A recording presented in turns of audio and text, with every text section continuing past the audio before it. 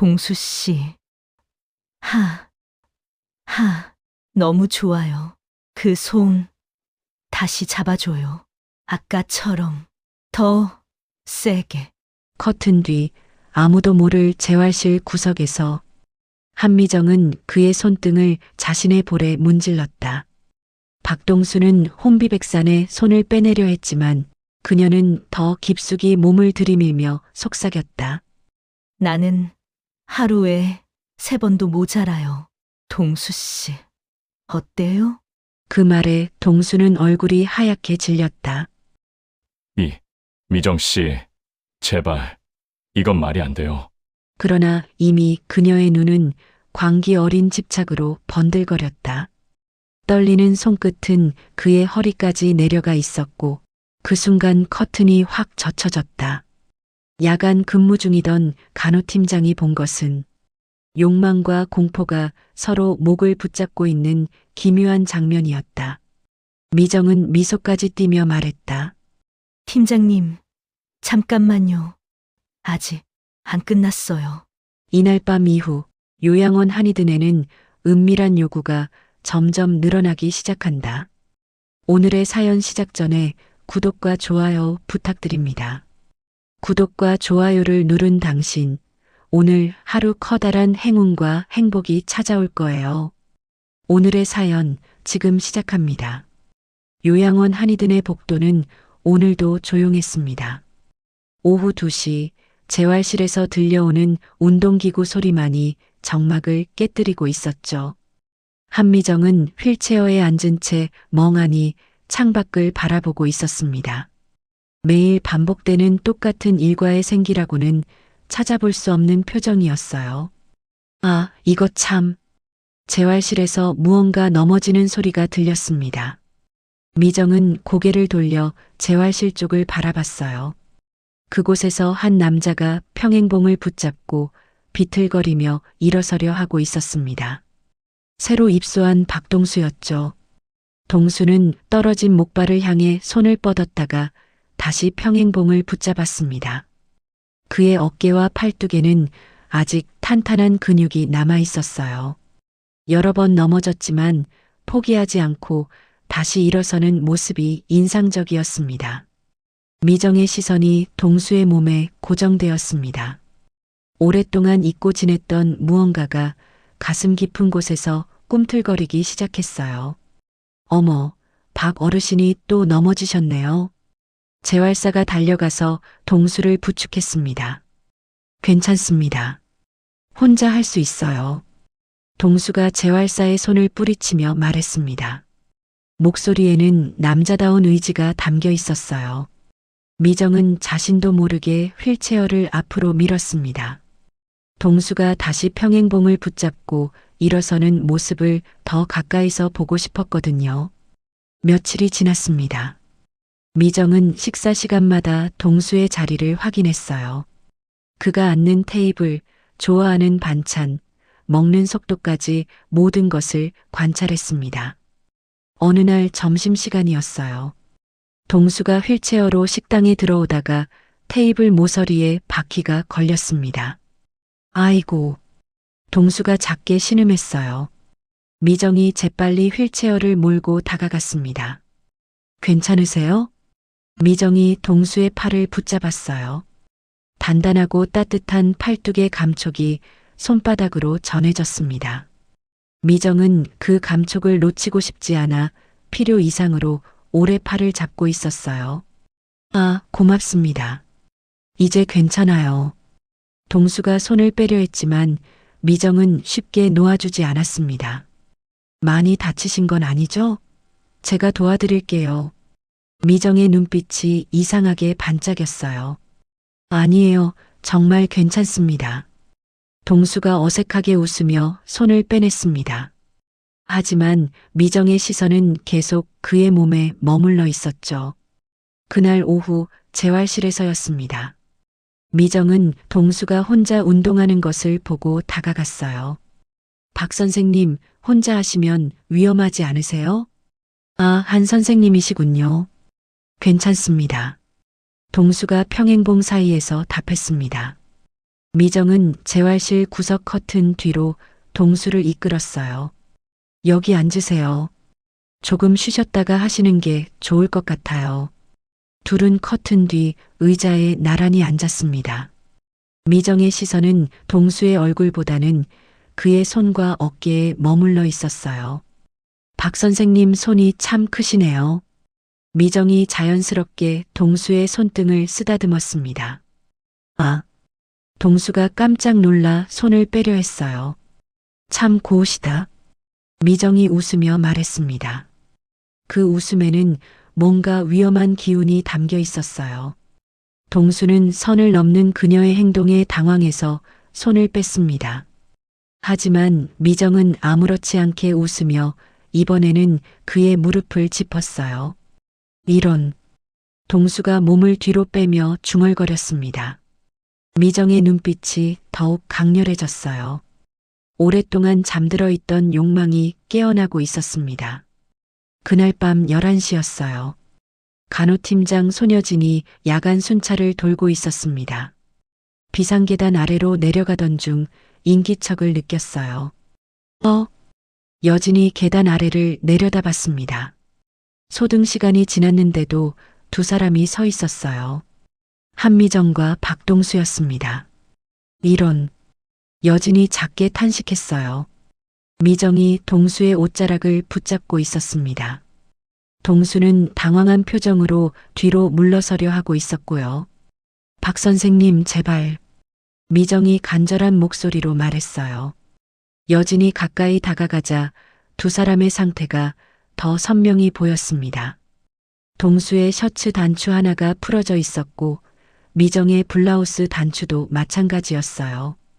두 분, 지금 몇 시인지 아세요? 여진이 엄한 목소리로 말했습니다. 아, 간호사님. 동수가 황급히 셔츠 단추를 채웠어요. 각자 방으로 돌아가세요. 지금 당장요. 여진의 목소리는 단호했습니다. 미정은 아쉬운 듯 동수를 바라봤지만 결국 휠체어를 돌렸어요. 동수도 고개를 숙인 채 계단을 올라갔습니다. 여진은 두 사람이 사라진 후에도 한참 그 자리에 서 있었어요. 이것이 단순한 외로움의 표출일까? 아니면 더 심각한 문제일까? 불안한 예감이 가슴을 짓눌렀습니다. 다음 날 아침이었어요. 여진이 입소자들의 약물 기록을 확인하고 있었습니다. 한미정의 기록을 보던 중 이상한 패턴을 발견했어요. 어라? 미정이 동수와 마주친 날마다 밤에 진통제를 추가로 요청한 기록이 있었습니다. 이유 불명의 통증이라는 애매한 사유로요. 여진이 기록을 다시 한번 꼼꼼히 살펴봤습니다. 날짜를 맞춰보니 패턴이 너무 명확했어요. 이건. 여진의 표정이 심각해졌습니다. 이것은 단순한 외로움이 아니었어요. 뭔가 더 깊고 복잡한 문제가 도사리고 있었습니다. 다음 날 오후였습니다. 한미정은 복도 끝 휴게실에서 박동수를 기다리고 있었어요. 그가 재활 치료를 마치고 나오는 시간을 정확히 알고 있었거든요. 박 선생님. 미정이 동수를 부르며 휠체어를 몰고 다가갔습니다. 아, 안녕하세요. 동수가 어색하게 인사했어요. 어젯밤 일 때문에 미정을 대하기가 불편했습니다. 오늘 컨디션은 어떠세요? 미정이 자연스럽게 동수의 휠체어 옆으로 바짝 붙었어요. 괜찮습니다. 동수가 짧게 대답하며 거리를 두려 했습니다. 하지만 미정은 포기하지 않았어요. 그녀는 복도에서 동수와 마주칠 동선을 미리 계산해 두고 있었거든요. 동수가 어느 시간에 어느 곳을 지나는지 모두 파악하고 있었습니다. 며칠 뒤 점심시간이었어요. 동수가 다른 여성 입소자 최순덕과 대화를 나누고 있었습니다. 요즘 날씨가 참 좋지 않습니까? 순덕이 웃으며 말했어요. 그러게요. 산책하기 딱 좋은 날씨인데. 동수가 대답하고 있는데 갑자기 미정이 끼어들었습니다. 박 선생님, 약 드실 시간이에요. 미정이 동수의 휠체어 뒤로 가서 말했어요. 아직 시간이. 동수가 당황하며 말하려 했지만 미정은 이미 그의 휠체어를 밀기 시작했습니다. 늦으면 안 되잖아요. 어서 가세요. 미정의 목소리에는 질투가 섞여 있었어요. 순덕이 의아한 표정으로 두 사람을 바라봤습니다. 미정 씨, 제가 알기로는 아직. 순덕이 말하려 했지만 미정은 들은 척도 안 했어요. 그녀는 동수를 데리고 그 자리를 벗어났습니다. 그날 밤 10시였어요. 동수는 방에서 책을 읽고 있었습니다. 갑자기 방문을 두드리는 소리가 들렸어요. 똑똑똑. 누구세요? 동수가 문 쪽을 바라보며 물었습니다. 저예요. 한미정이에요. 문 밖에서 미정의 목소리가 들렸어요. 동수는 잠시 망설였습니다. 하지만 거절하기도 어색해서 문을 열었어요. 미정이 휠체어를 타고 문 앞에 서 있었습니다. 그녀의 표정은 평소와 달리 간절해 보였어요. 무슨 일이세요? 동수가 조심스럽게 물었습니다. 잠이 안 와서 그러니까. 딱 10분만 방에서 손만 잡고 있어 달라. 미정이 떨리는 목소리로 말했어요. 동수는 깜짝 놀랐습니다. 요양원 규정상 있을 수 없는 요구였거든요. 그건 좀.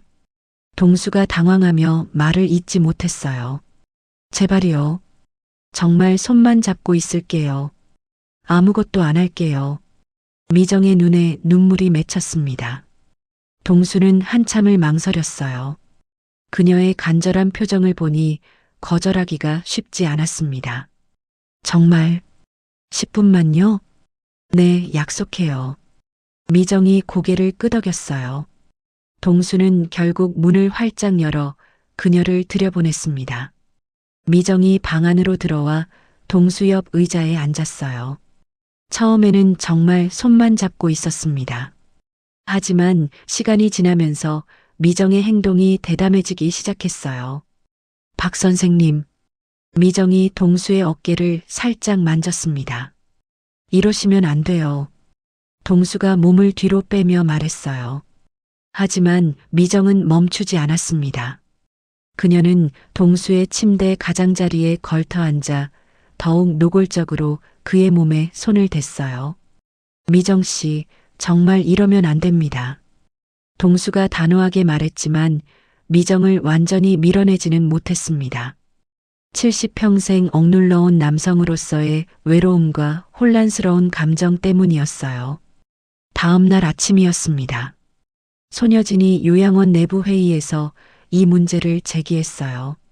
원장님, 한미정 씨와 박동수 씨의 방을 분리해야 할 것 같습니다. 원장 정 씨가 눈썹을 찌푸렸어요. 무슨 일인가요? 부적절한 접촉이 계속되고 있습니다. 야간에도 서로 방을 오가는 것 같고요.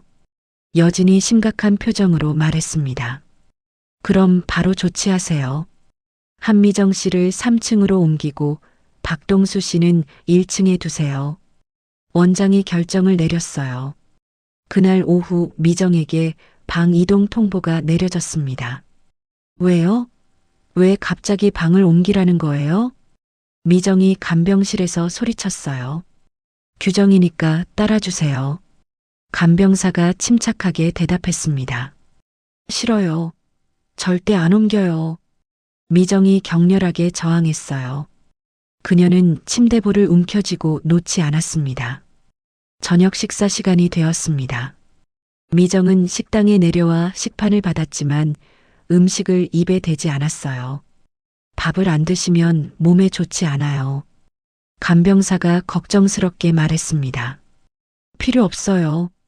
미정이 갑자기 식판을 바닥에 엎어버렸어요. 국그릇과 반찬들이 바닥에 흩어졌습니다. 식당 안이 순식간에 조용해졌어요. 다른 입소자들이 모두 미정을 바라봤습니다. 간호사가 노인을 학대해요. 이유도 없이 방에서 쫓아내려고 해요. 미정이 큰 소리로 외쳤어요. 그러더니 갑자기 자신의 뺨을 세게 때리기 시작했습니다. 짝! 짝! 어머, 큰일 났네. 다른 입소자들이 놀라서 웅성거렸어요. 미정 씨, 그만하세요. 간병사들이 달려와 미정을 말렸지만 소용없었습니다. 도와주세요. 간호사들이 저를 괴롭혀요. 미정이 계속 소리쳤어요. 식당은 완전히 아수라장이 되었습니다. 다른 입소자들까지 동요하기 시작했어요. 원장 정 씨가 급히 달려왔습니다. 무슨 일입니까? 미정 씨가 방 이동을 거부하면서 자해를 하고 있어요. 여진이 보고했어요. 원장은 상황을 빠르게 파악했습니다. 이대로 두면 요양원 전체가 혼란에 빠질 것 같았어요. 일단 방 이동은 보류합시다. 원장이 어쩔 수 없이 결정을 내렸어요. 미정이 그제야 울음을 그쳤습니다. 그녀의 입가에 미묘한 미소가 번졌어요. 동수는 이 모든 광경을 멀리서 지켜보며 등골이 오싹해졌습니다. 미정의 무서운 집착에 공포를 느꼈어요. 그는 그날부터 미정을 피하기 시작했습니다. 며칠이 지났습니다. 박동수는 한미정을 피하기 위해 평소와 다른 동선으로 움직였어요. 하지만 미정은 그런 동수를 쫓아다니며 더욱 집요하게 접근했습니다. 어느 날 오후 재활실에서였어요. 동수가 혼자 운동을 하고 있는데 미정이 나타났습니다. 박 선생님, 왜 저를 피하세요? 미정이 동수 앞을 가로막으며 말했어요. 피하는 게 아니라. 동수가 당황하며 뒤로 물러섰습니다. 거짓말하지 마세요. 요즘 저만 보면 딴 곳으로 가잖아요. 미정의 목소리에 서운함이 섞여 있었어요. 미정 씨, 우리 관계는 여기까지여야 해요. 동수가 용기를 내어 말했습니다. 미정의 표정이 급변했어요. 서운함이 사라지고 차가운 분노가 그 자리를 차지했습니다. 여기까지라고요? 미정이 동수에게 한 걸음 더 다가갔어요. 네, 이제 그만. 당신이 나를 피하면 나는 당신이 나를 강제로 추행했다고 소리칠 거예요. 미정이 차가운 목소리로 말했습니다. 동수의 얼굴이 하얗게 질렸어요. 그런 소리를 누가 믿겠어요? 힘없는 할머니가 당했다고 하면 모두 내 편이 될 거예요. 미정의 눈빛이 섬뜩했습니다. 동수는 말을 잇지 못했어요. 그녀의 협박이 현실적으로 가능한 일이라는 것을 알았거든요. 며칠 뒤였습니다. 한미정의 아들 이선우가 정기 방문을 왔어요. 그는 어머니의 안부를 확인하러 3층 병동으로 올라갔습니다. 복도를 걷던 중 이상한 광경을 목격했어요. 어머니가 박동수의 휠체어를 붙잡고 매달리고 있었거든요. 나 버리지 마. 응? 제발 나 혼자 두지 마. 미정이 울먹이며 말했어요. 미정 씨, 이러시면. 동수가 당황해서 몸을 빼려 했지만 미정은 놓아주지 않았습니다. 어머니. 이선우가 깜짝 놀라며 달려왔어요. 아, 선우야. 미정이 그제야 동수를 놓았습니다. 어머니, 뭘 하시는 거예요? 이선우가 어머니를 휠체어에 앉히며 물었어요. 아무것도 아니야. 그냥. 미정이 시선을 피했습니다. 동수는 황급히 그 자리를 벗어났어요. 이선우는 어머니의 이상한 행동에 충격을 받았습니다. 그날 오후 이선우는 원장실을 찾았어요. 원장님, 저희 어머니 상태가 어떤가요? 이선우가 걱정스럽게 물었습니다. 이선우 씨, 조용히 얘기할 게 있는데요. 원장 정 씨가 문을 닫고 의자에 앉았어요. 네, 말씀하세요. 어머님의 정서적 불안정이 매우 심각한 수준입니다. 원장이 심각한 표정을 지었어요. 어떤 뜻인지. 이걸 보세요. 원장이 컴퓨터 화면을 돌려서 보여줬어요. CCTV 녹화 영상이었습니다. 화면에는 비상계단에서 미정과 동수가 단추가 풀어진 채 있는 장면이 나왔어요. 이건 이선우의 얼굴이 창백해졌습니다. 며칠 전 일입니다. 밤 11시가 넘어서 말이죠. 원장이 영상을 끄며 말했어요. 어머니가 정말 이선우가 말을 잇지 못했습니다. 이런 일이 계속되면 요양원 입장에서도 곤란합니다. 다른 입소자들에게 영향을 주거든요. 원장의 목소리에 압박감이 느껴졌어요. 그럼 어떻게 해야 할까요? 특별 관리가 필요합니다. 전담 간병인도 붙이고 상담사도 불러야 하고요.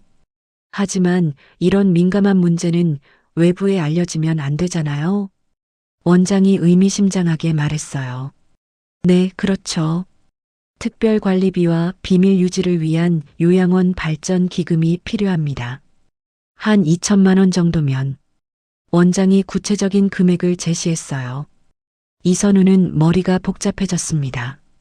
어머니의 수치스러운 일이 외부에 알려지는 것은 막아야 했어요. 알겠습니다. 준비해드리겠습니다. 이선우가 어쩔 수 없이 동의했어요. 원장이 만족스럽게 웃었습니다. 현명한 판단이시네요. 어머님을 위해서도 좋은 일이고요. 바로 다음 날이었습니다. 박동수의 법적 배우자 오영숙이 요양원에 입소했어요. 치매 초기 진단을 받은 상태였습니다. 동수는 복도에서 아내와 마주쳤을 때 얼어붙었어요. 여보, 영숙이 동수를 알아보며 다가왔습니다. 영숙아, 동수의 목소리가 떨렸어요. 자신이 도망쳐온 현실이 이곳까지 따라온 것 같았습니다. 여기서 뭘 하고 있어? 집에 가자. 영숙이 동수의 손을 잡았어요. 치매 때문에 상황 파악이 제대로 되지 않았습니다. 우리 여기 살게 됐어. 동수가 힘없이 대답했어요. 한편 미정은 이 소식을 듣고 처음에는 분노했습니다. 하지만 곧 이상한 감정이 들끓기 시작했어요. 아내가 있는 남자를 빼앗는다. 이 생각이 그녀의 중독을 더욱 자극했습니다. 질투와 정복욕이 뒤섞인 비정상적인 욕망이었어요. 그날 밤 10시였습니다. 동수가 아내의 병실에서 나와 복도를 지나고 있었어요. 지친 표정으로 휠체어를 천천히 몰고 있었습니다. 갑자기 미정이 휠체어로 앞을 가로막았어요. 박 선생님, 미정 씨. 동수가 깜짝 놀라며 멈춰섰습니다. 당신 아내가 바로 저 방에 자고 있지? 미정이 영숙의 병실을 가리키며 속삭였어요. 왜 그런 말을? 오늘 밤 당신 아내가 자고 있는 동안 내 방으로 와. 미정의 목소리가 섬뜩했습니다. 무슨 소리예요? 동수가 경악했어요. 와서 나를 안아줘. 당신이 정말 나를 선택했는지 그 여자 앞에서 증명해. 미정이 충격적인 요구를 했습니다. 동수는 이 짐승 같은 말에 몸서리쳤어요. 미쳤소? 그런 말을 어떻게 해? 동수가 목소리를 높였습니다. 여기서 소리 지를까? 당신 아내도 다 깨게. 미정이 다시 협박했어요. 동수는 아내의 병실 문을 바라봤습니다. 영숙이 깰까봐 더 큰 소리를 낼 수 없었어요. 당신은 정말. 동수가 떨리는 목소리로 중얼거렸습니다. 미정의 눈빛이 더욱 광기에 찼어요. 그녀의 중독은 이제 돌이킬 수 없는 지경에 이르렀습니다. 이선우가 약속한 2천만 원을 송금한 다음 날이었습니다. 원장 정 씨는 특별관리의 명목을 만들기 위해 외부 음악 치료사를 고용했어요. 강지훈 씨, 한미정 씨의 특별 상담을 맡아주세요. 원장이 새로운 치료사에게 말했습니다. 어떤 상담인가요? 강지훈이 궁금해했어요. 정서적 불안정이 심한 분이에요. 조용히 관리만 해주시면 됩니다. 원장이 대충 둘러댔습니다. 강지훈은 30대 초반의 젊은 치료사였어요. 그는 노인 심리에 대한 전문 지식이 있었습니다. 첫 상담날 강지훈이 한미정을 만났어요. 안녕하세요, 한 어르신. 저는 음악치료사 강지훈입니다. 아, 안녕하세요. 미정이 의외로 차분하게 인사했어요. 요즘 어떠세요? 요양원 생활이 힘드시죠? 강지훈이 자연스럽게 대화를 시작했습니다. 네, 너무 외로워요. 가족도 자주 안 오고 친구도 없고. 미정이 눈물을 글썽이며 말했어요. 강지우는 그녀의 연기를 지켜봤습니다. 완벽하게 상처받은 외로운 노인을 연기하고 있었어요. 다른 입소자분들과는 어떠세요? 모두 저를 피해요. 아무도 저를 이해해주지 않아요. 미정이 애처로운 목소리로 대답했어요. 하지만 강지우는 위화감을 느꼈습니다. 그녀의 표정과 말이 계산되어 보였거든요. 박동수 어르신과는 어떤 사이세요? 강지훈이 직접적으로 물어봤어요. 미정의 표정이 순간 굳었습니다. 하지만 곧 다시 슬픈 표정을 지었어요. 그분도 저를 멀리 하세요. 왜 모두 저한테 차갑게 구는지 모르겠어요. 미정이 훌쩍였습니다. 강지훈은 확신했어요. 이 사람은 고도로 계산된 연기를 하고 있었습니다. 한편 이선우는 거액을 보낸 후에도 불안했어요. 어머니의 상태가 호전되기는커녕 원장의 추가 요구가 올까봐 전전긍긍했습니다. 이렇게 당할 수는 없어. 이선우가 집에서 혼자 중얼거렸어요. 그는 원장의 비리를 역으로 캐내기로 결심했습니다. 어머니를 구출하고 돈도 되찾을 계획을 세우기 시작했어요. 이선우는 인터넷으로 요양원 관련 법규를 찾아봤습니다. 원장의 협박이 명백한 불법이라는 것을 확인했어요. 다음 날 오후였습니다. 소녀진이 한미정을 감시하고 있었어요. 강지훈의 상담 때문에 동수와의 접촉이 물리적으로 차단된 상태였습니다. 밥 드세요. 간병사가 미정에게 식판을 건넸어요. 필요 없어요. 미정이 고개를 돌렸습니다. 이틀째 안 드시잖아요. 배고프지 않다고요. 미정이 짜증을 냈어요. 그날 밤이었습니다. 미정은 침대에 누워 천장을 바라보고 있었어요. 박동수를 볼 수 없다는 사실이 견딜 수 없었습니다. 갑자기 미정이 비명을 지르기 시작했어요. 아! 복도에 있던 야간 간병사가 달려왔습니다. 어르신, 무슨 일이세요? 아파요. 너무 아파요. 미정이 온몸을 비틀며 소리쳤어요. 하지만 정확히 어디가 아픈지는 말하지 않았습니다. 그저 박동수를 보고 싶다는 금단 증상이었어요. 며칠이 더 지났습니다. 미정은 급기야 날카로운 빗으로 자신의 팔뚝을 긋는 자해를 시도했어요. 어머, 큰일 났네. 간병사가 피가 흐르는 미정의 팔을 발견하고 소리쳤습니다. 소녀진이 급히 달려와 응급처치를 했어요. 미정 씨, 왜 이러세요? 여진이 상처를 소독하며 물었습니다. 차라리 죽는 게 나아요. 미정이 힘없이 말했어요. 여진은 이때 깨달았습니다. 이것은 단순한 불륜 스캔들이 아니라 치료가 필요한 병이었어요. 여진은 원장의 협박 사실을 알고 있었습니다. 하지만 이대로 두면 미정이 정말 죽을 수도 있겠다는 공포를 느꼈어요. 그녀는 강지훈에게 도움을 요청했습니다. 지훈 씨, 한미정 씨 상태가 너무 심각해요. 저도 느꼈어요. 단순한 외로움이 아니라 병적인 의존증이에요. 강지훈이 동의했습니다. 어떻게 해야 할까요? 이 문제의 유일한 해결책은 관계의 전면적 폭로뿐이에요. 강지훈이 단호하게 말했어요. 폭로요? 미정 씨, 동수 씨, 그리고 이선우 씨까지 한자리에 모아서 모든 것을 털어놓게 해야 해요. 강지훈의 제안은 위험해 보였어요.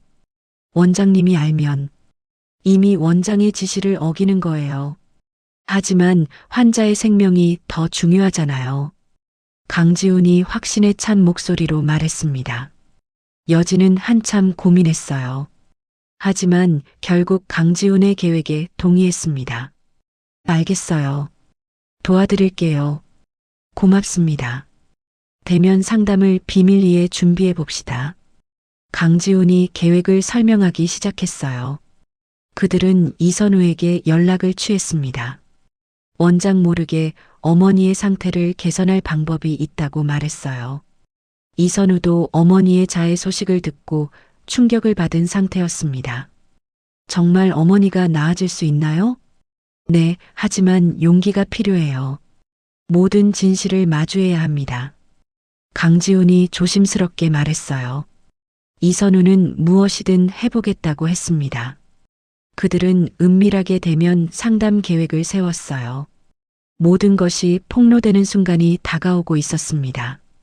3일 후 오후 2시였습니다. 강지훈이 마련한 상담실에 4사람이 모였어요. 이선우는 어머니의 자해 사실에 충격을 받은 채로 앉아 있었습니다. 어머니, 괜찮으세요? 이선우가 팔에 붕대를 감은 미정을 바라보며 걱정스럽게 물었어요. 괜찮다. 미정이 시큰둥하게 대답했습니다. 박동수가 맞은편에 앉았어요. 그는 미정과 눈을 마주치지 않으려 했습니다.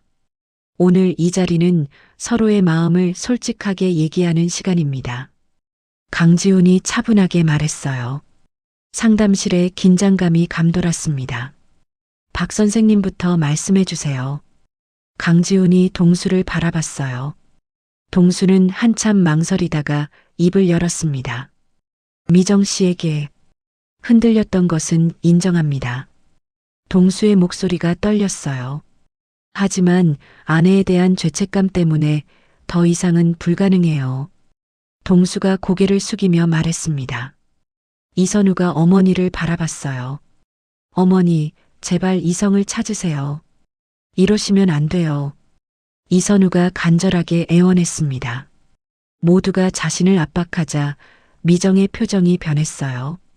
궁지에 몰린 짐승 같은 눈빛이었습니다. 이성? 미정이 조용히 웃기 시작했어요.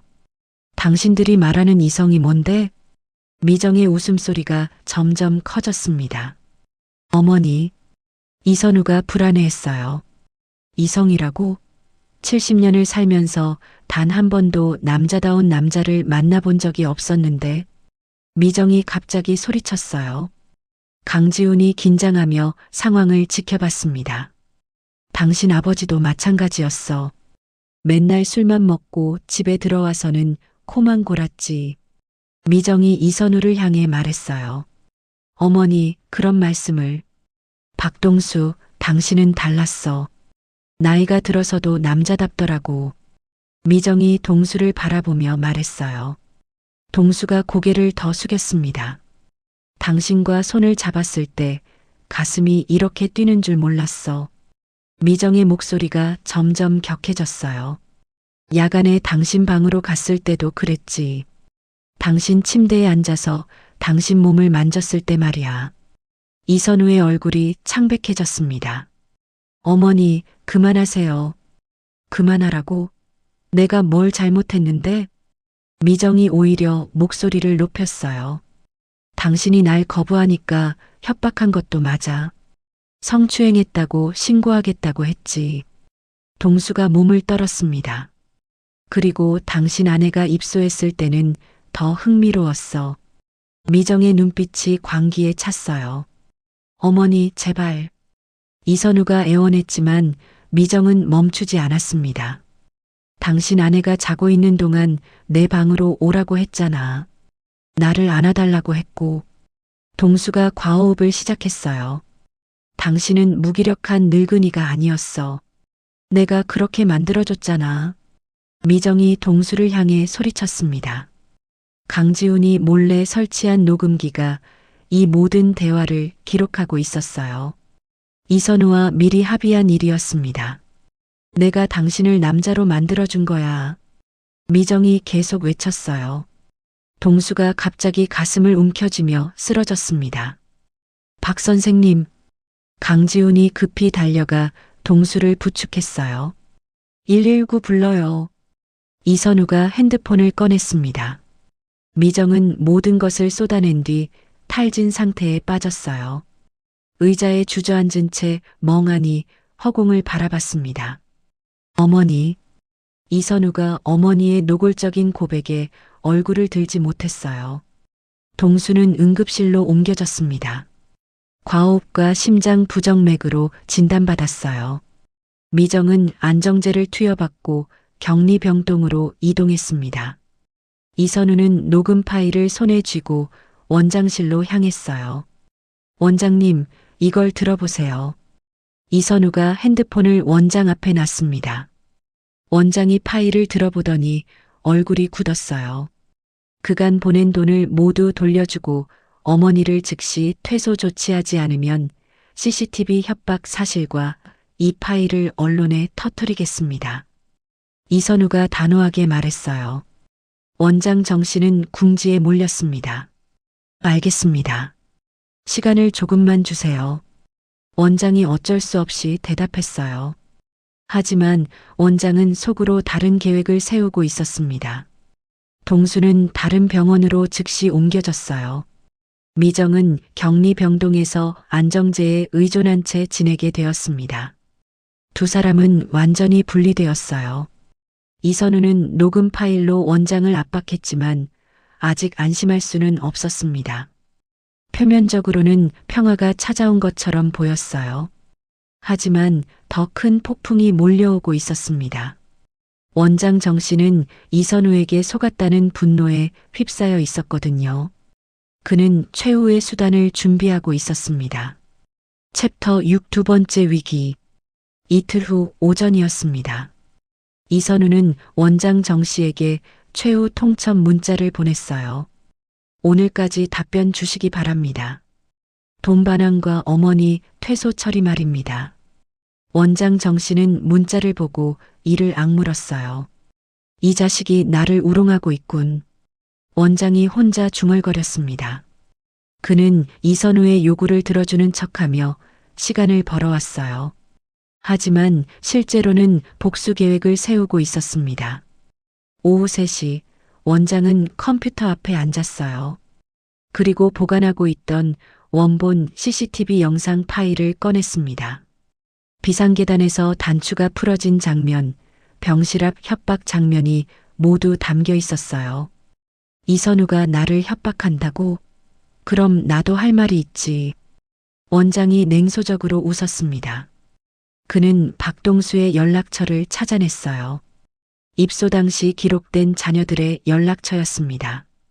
원장은 동수의 큰아들 박민수에게 이메일을 보냈어요. 제목은 아버님 관련 중요한 사안이었습니다. 이메일에는 CCTV 영상과 함께 설명이 붙어 있었어요. 요양원에서 아버님이 다른 입소자와 부적절한 관계를 맺었습니다. 30분 후 박민수의 전화가 울렸습니다. 여보세요? 한이든 요양원 원장님이시죠? 네, 그렇습니다. 지금 보내주신 이메일이 정말입니까? 박민수의 목소리에 충격이 담겨 있었어요. 안타깝지만 사실입니다. 저희도 최대한 조용히 처리하려 했는데 원장이 거짓말을 늘어놨습니다. 한미정이라는 여자가 아버지를 협박까지 했다고요? 네, 거부하면 성추행으로 신고하겠다고 했습니다. 원장이 영상 속 내용을 설명했어요. 박민수는 분노로 떨었습니다. 당장 변호사와 함께 가겠습니다. 며칠 뒤 오전 10시였습니다. 박동수의 자녀 3명이 변호사와 경찰을 대동하고 요양원에 들이닥쳤어요. 로비는 순식간에 아수라장이 되었습니다. 원장은 어디 있습니까? 박민수가 소리쳤어요. 잠깐만요, 뭔 일이신지. 접수 직원이 당황했습니다. 저희 아버지를 성추행하고 협박한 한미정을 고소하러 왔습니다. 박민수의 둘째 아들이 고함쳤어요. 다른 입소자들과 보호자들이 웅성거리기 시작했습니다. 원장도 함께 고소할 겁니다. 협박과 금품 갈취죄로요. 변호사가 고발장을 흔들며 말했어요. 경찰이 요양원 내부로 들어가 압수수색을 시작했습니다. 모든 CCTV 녹화물과 관련 서류를 제출하세요. 경찰이 직원들에게 지시했어요. 이 소식은 곧바로 지역 기자들에게 전해졌습니다. 오후에는 기자들까지 요양원 앞에 몰려들었어요. 노인 요양원 성 스캔들 및 금품 비리 의혹. 저녁 뉴스 헤드라인이었습니다. 격리병동에 있던 한미정이 이 소식을 들었어요. 간병사가 무심코 틀어놓은 뉴스에서였습니다. 한미정 씨는 동년배 남성 입소자를 상대로 부적절한 행위를 강요하고 리포터의 목소리가 들렸어요. 미정의 얼굴이 하얗게 변했습니다. 내가 성추행범? 미정이 떨리는 목소리로 중얼거렸어요. 그녀는 자신이 동수에게 버림받았을 뿐만 아니라 범죄자로 몰렸다는 사실에 엄청난 충격을 받았습니다. 박 선생님은 어디 계세요? 미정이 간병사에게 물었어요. 다른 병원으로 옮기셨어요. 간병사가 조심스럽게 대답했습니다. 영원히? 네. 아마 다시는 못 보실 것 같아요. 미정의 눈에서 눈물이 흘렀습니다. 모든 것을 잃었다는 절망감이 밀려왔어요. 그날 밤이었습니다. 미정은 갑작스러운 두통을 호소했어요. 머리가 깨질 것 같아요. 미정이 머리를 부여잡으며 신음했습니다. 119 불러요. 야간 간병사가 급히 외쳤어요. 미정은 뇌졸중으로 쓰러졌습니다. 과도한 스트레스와 충격이 원인이었어요. 이선우도 큰 위기에 처했습니다. 어머니를 지키려던 계획이 오히려 어머니를 가해자로 만들었거든요. 기자들이 저한테도 연락하고 있어요. 이선우가 변호사와 통화하며 말했어요. 비리 원장과 뒷거래를 한 아들로 보도될 수 있습니다. 변호사가 우려를 표했어요. 언론은 이 사건을 대서특필했습니다. 요양원 원장, 입소자, 가족 상대로 협박 및 갈취 70대 여성, 동년배 남성 협박 혐의로 고발. 연일 자극적인 기사들이 쏟아졌어요. 한이든 요양원은 완전히 신뢰를 잃었습니다. 다른 입소자들의 가족들이 항해 전화를 걸어댔어요. 우리 아버지도 안전한 겁니까? 이런 곳에 어떻게 맡겨놨습니까? 원장 정 씨는 즉시 직위 해제되었습니다. 법인 이사회에서 긴급 결정을 내린 것이었어요. 경찰은 원장을 협박, 갈취, 횡령 혐의로 조사하기 시작했습니다. 손여진과 강지우는 경찰에 적극 협조했어요. 원장의 비리 장부와 미정의 자해 기록, 상담 일지 등을 모두 제출했습니다. 이 사건의 진실을 밝혀야 해요. 여진이 경찰에게 말했어요. 사태는 걷잡을 수 없이 커져갔습니다. 단순한 요양원 내부 문제가 사회적 스캔들로 번졌어요. 모든 당사자들이 파멸의 구렁텅이로 빠져들고 있었습니다. 일주일 후 검찰청에서였습니다. 원장 정 씨가 수갑을 찬 채 조사실로 끌려갔어요. 협박 및 갈취 혐의는 명백합니다. 2천만 원을 받은 것도 확인됐고요. 검사가 차가운 목소리로 말했습니다. 저는 요양원을 위해 변명하지 마세요. 횡령 혐의도 추가 조사 중입니다. 원장의 얼굴이 절망으로 일그러졌어요. 같은 시각 다른 조사실에서는 이선우가 변호사와 함께 앉아 있었습니다. 어머님의 정신 감정 결과가 나왔습니다. 검사가 서류를 보며 말했어요. 어떻게 나왔나요? 이선우가 떨리는 목소리로 물었습니다. 병적인 의존 및 충동 조절 장애로 진단됐습니다.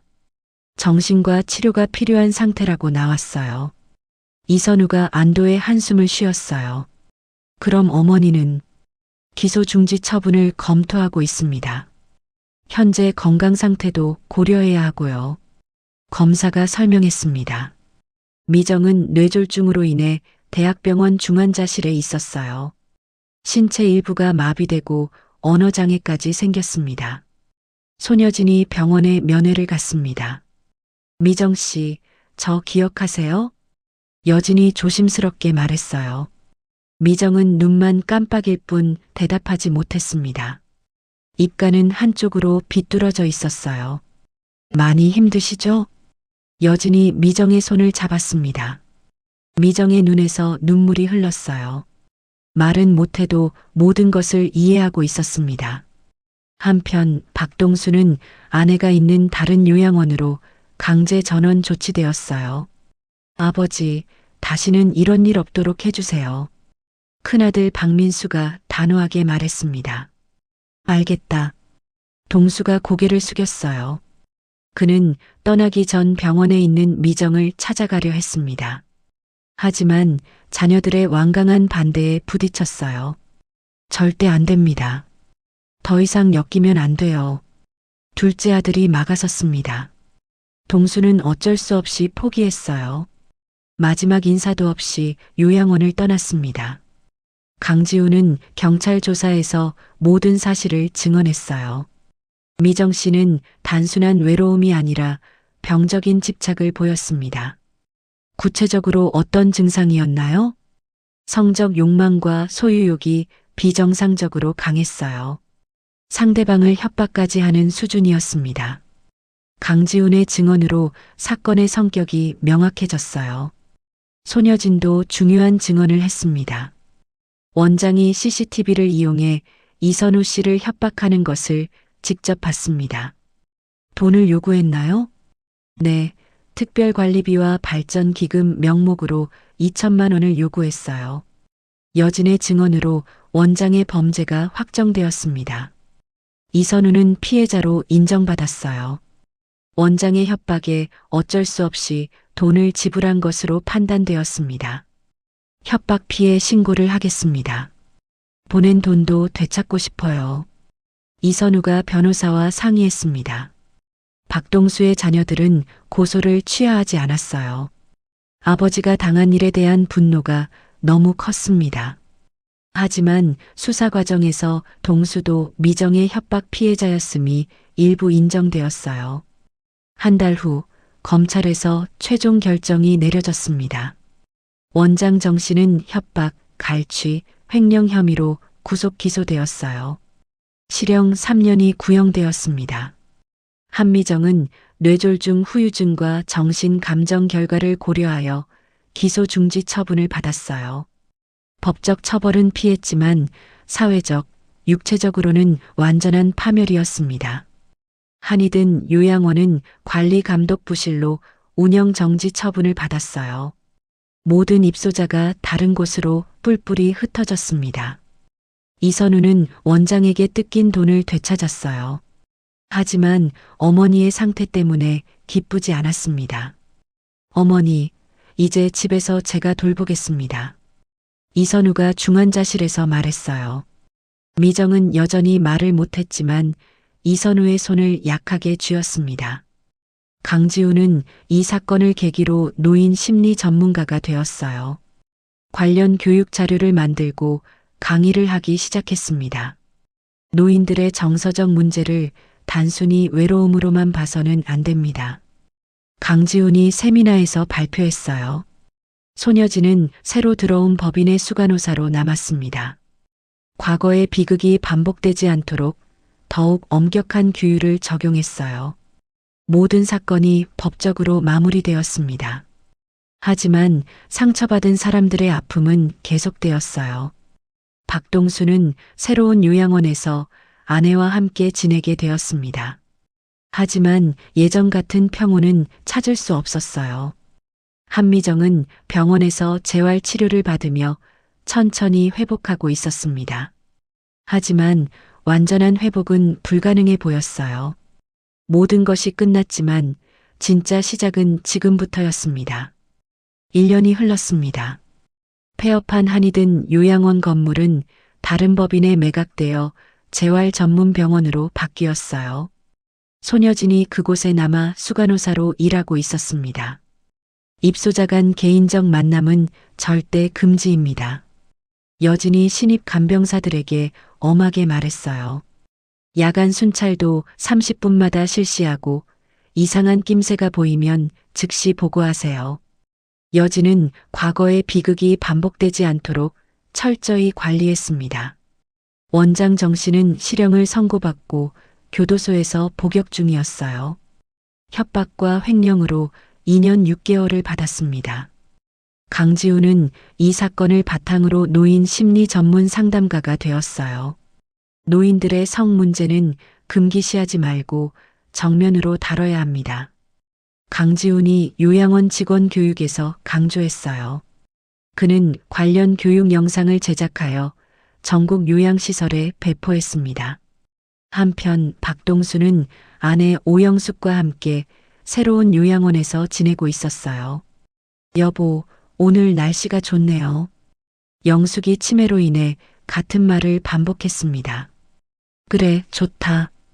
동수가 힘없이 대답했어요. 그는 매일 아내의 휠체어를 밀며 요양원 정원을 산책했습니다. 하지만 아내와도 자녀들과도 예전처럼 대화하지 못했어요. 아버지, 식사 시간이에요. 큰아들 박민수가 면회를 왔을 때도 어색했습니다. 고맙다. 동수가 짧게 답할 뿐이었어요. 그는 미정과의 일로 인해 모든 관계를 잃었다는 죄책감에 시달렸습니다. 미정의 충격적 요구를 거부했지만 결국 그녀의 중독에 휘말려 모든 것을 잃은 셈이었어요. 이선우는 회사를 정리하고 어머니를 직접 간병하고 있었습니다. 어머니, 죽 드세요. 이선우가 한미정에게 숟가락을 들어 올렸어요.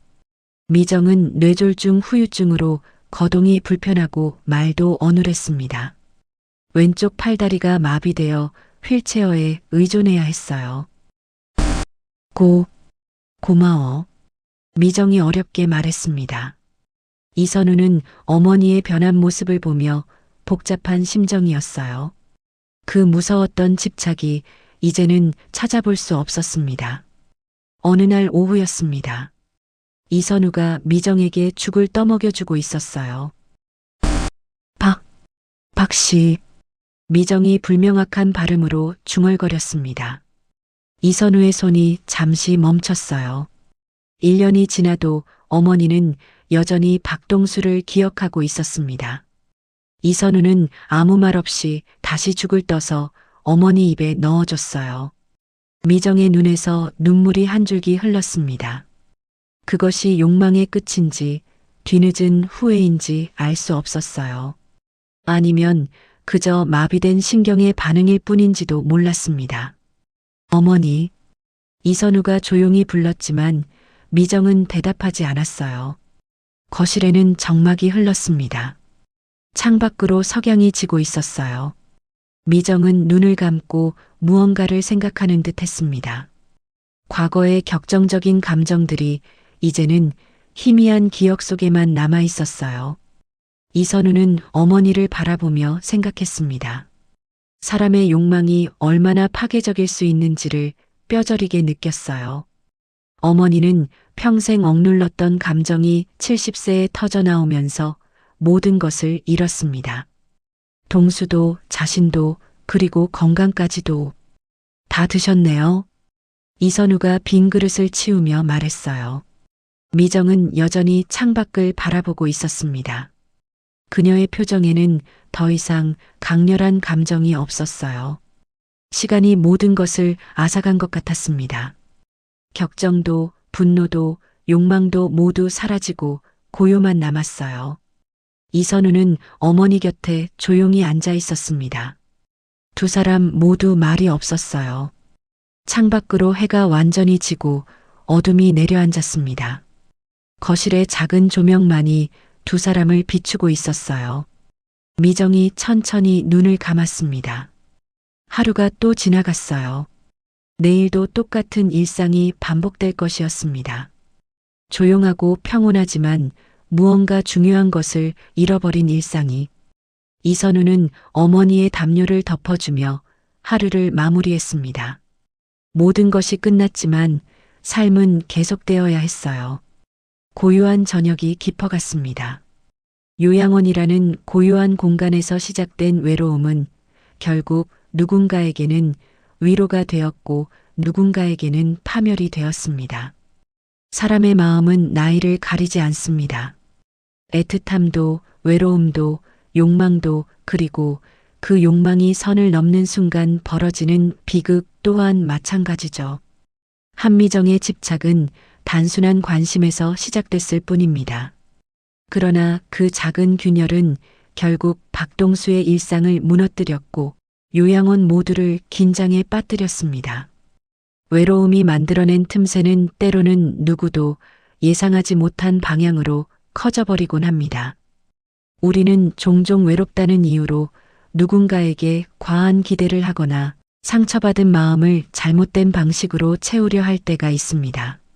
하지만 그 순간 꼭 기억해야 할 것이 있죠. 치유는 누군가를 붙잡는다고 완성되는 것이 아니라 자신을 마주하고 스스로 일어설 때 비로소 시작된다는 점입니다. 오늘의 사연이 여러분께 작은 생각의 시간을 남겼다면 좋겠습니다. 혹시라도 지금 마음이 지친 분이 계시다면 부디 자신을 먼저 돌보는 하루가 되시길 바랍니다. 이야기를 끝까지 들어주신 분이 계시다면 잘 들었다고 댓글 하나만 남겨주세요. 감사합니다.